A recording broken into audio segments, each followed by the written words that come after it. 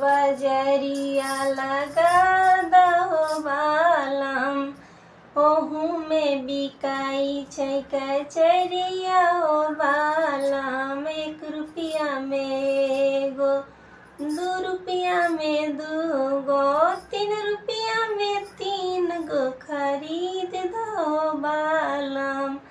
अपने खाबै एगो बालमुआ खातै 2 गो, लइका बाकी तोड़ के धरा दो बालम। अपने सुतबै बहरी, बालमुआ सुतै घर में, लइका बाकी रोड पर सुता दो बालम। आतै होरी लावा ले जतै लड़िकवा, बच जबै दुनू परानी हो बालम, बच जबै